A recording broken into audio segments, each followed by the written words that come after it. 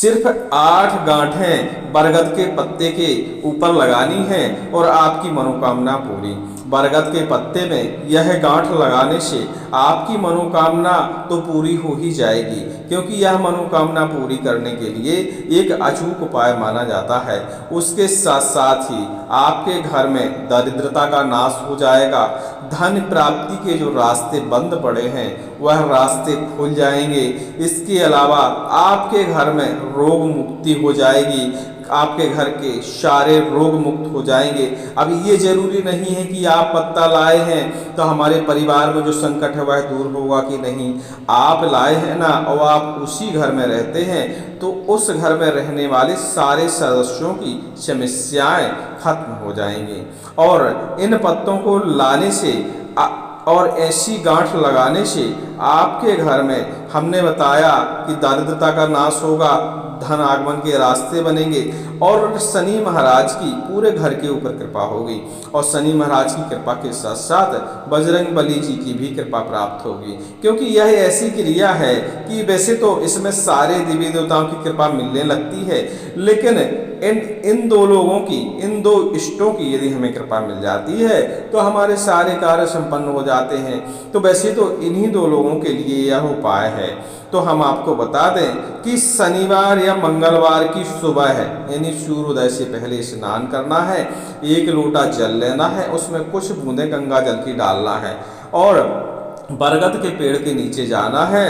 और बरगद की जड़ जो जमीन को छू रही हो, मतलब जो जमीन को छू रही हो जड़ या जमीन के अंदर जड़ हो, ऐसी जड़ के ऊपर जल से बरगद के पेड़ का अभिषेक करना है और बरगद वृक्ष से प्रार्थना करनी है कि हे महाराज, हे बट वृक्ष, सभी पे छाया करने वाले, हम आपके कुछ पत्ते आपसे लिए जा रहे हैं अपनी मनोकामना सिद्ध करने हेतु, और हमें इन पत्तों में ऐसी आप शक्ति डालें कि यह पत्ते हमारी मनोकामना बहुत जल्दी ही पूरी कर दें।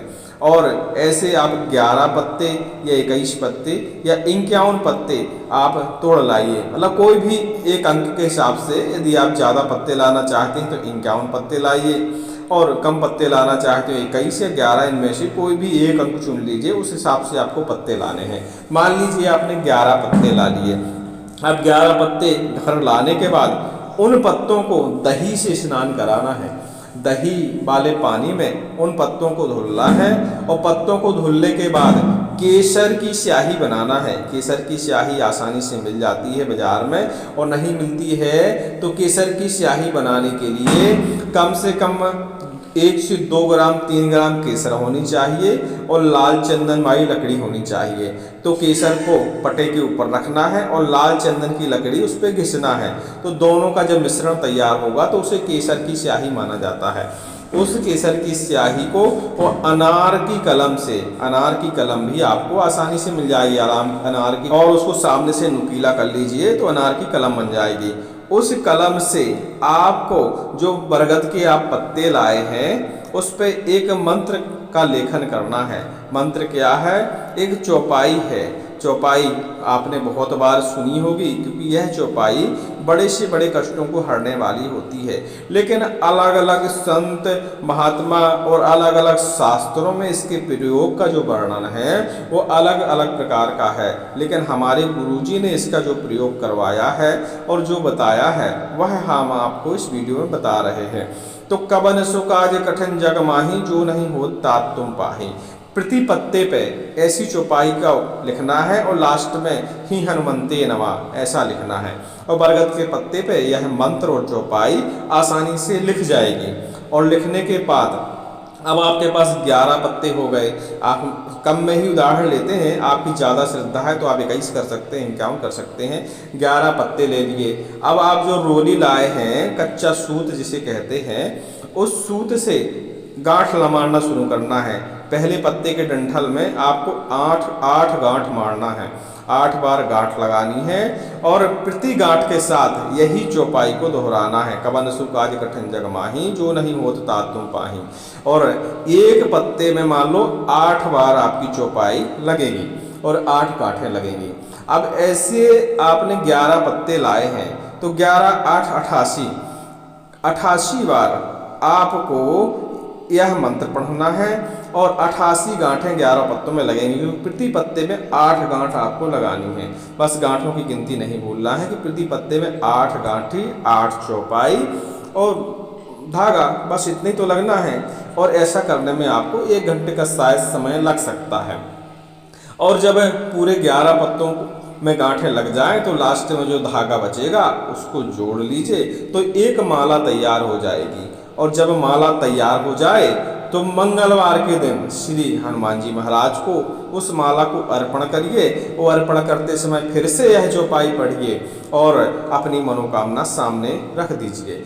भगवान जी के बिल्कुल रोंग खड़े हो जाएंगे और आपकी मनोकामना पूरी करने के लिए वह बिल्कुल तैयार हो जाएंगे और आपकी मनोकामना बहुत जल्दी पूरी हो जाएगी। लेकिन उसका थोड़ा सा मत है कि इस चौपाई को पढ़ने से मनोकामना तो पूरी होती ही है, लेकिन आपने इस्तेमाल किया बरगद के पत्तों का, तो बरगद के पत्तों का जब इस्तेमाल करेंगे तो आपके ऊपर शनि महाराज की अति कृपा हो जाएगी। यदि आपकी कुंडली में शनि महाराज का दोष है, शनि महाराज की कुदृष्टि है, या आपके परिवार में किसी के ऊपर शनि महाराज की कुदृष्टि है, तो शनि महाराज की अति कृपा हो जाएगी। और शनि महाराज की जब कृपा होगी तो धन आगमन के रास्ते तो आपके तैयार हो ही जाएंगे, और महाराज जी की कृपा आपको वैसे ही भी मिल गई।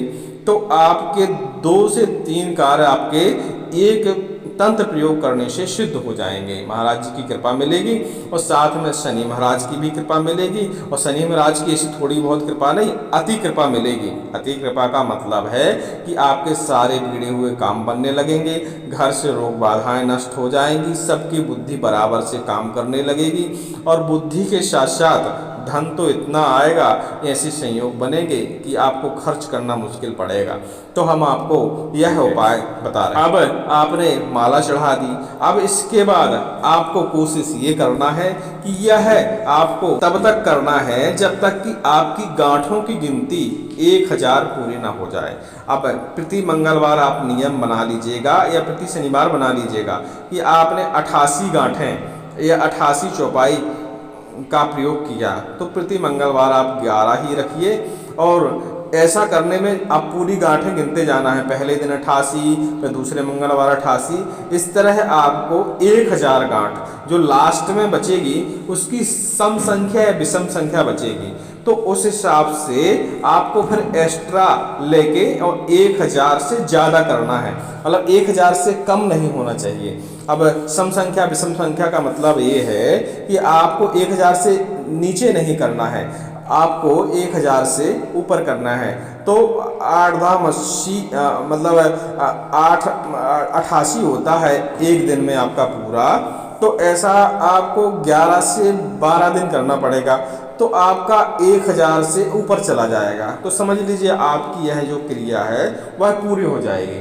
और वैसे तो जो आपकी मनोकामना है और ज़्यादा समस्याएं हैं वो आपकी पहले मंगलवार से ही खत्म होने लगती हैं, लेकिन आपको यह क्रिया पूरी दोहराना है। भले आपकी मनोकामना पूरी हो जाए या आपके कार्य संपन्न हो जाएं, लेकिन क्रिया को आप पूरा दोहराइएगा और लास्ट समय तक उसको करिएगा, तो आपको अति फल प्राप्त होगा और पूरी लाइफ आपको समस्याएं बिल्कुल नहीं झेलनी पड़ेंगी। यह एक अचूक प्रयोग माना जाता है और यह एक प्रकार का गुप्त प्रयोग है वैसे, क्योंकि यह प्रचलन में नहीं है, लेकिन कुछ कुछ शास्त्रों में से लिखा गया है और 100 में से 2 ही लोग इस प्रयोग को कर पाते हैं, क्योंकि इसमें थोड़ा सा समय ज़्यादा लग जाता है। वो आजकल कलयुग में लोग ये चाहते हैं कि कम समय में हमारा कार्य संपन्न हो जाए, तो कम समय इसमें नहीं लगेगा, थोड़ा सा तो आपको अपने कार्यों को सिद्ध करने में मेहनत और समय खर्च करना ही पड़ेगा। कुछ कामों में प्रतिबंध लगा के समय इस कार्य के लिए निकालना पड़ेगा। और यह वैसे मेरे हिसाब से बहुत आसान प्रयोग है और आप इसे आसानी से कर सकते हैं। और इस वीडियो में इतना ही। उम्मीद करते हैं कि यह वीडियो आपको ठीक ठाक लगा होगा और जब आपकी मनोकामनाएं पूरी हो जाए तो बागेश्वर महाराज की जय इस वीडियो के कमेंट में ज़रूर लिखिएगा और हनुमान महाराज जी की जय। बोलिए बागेश्वर महाराज की।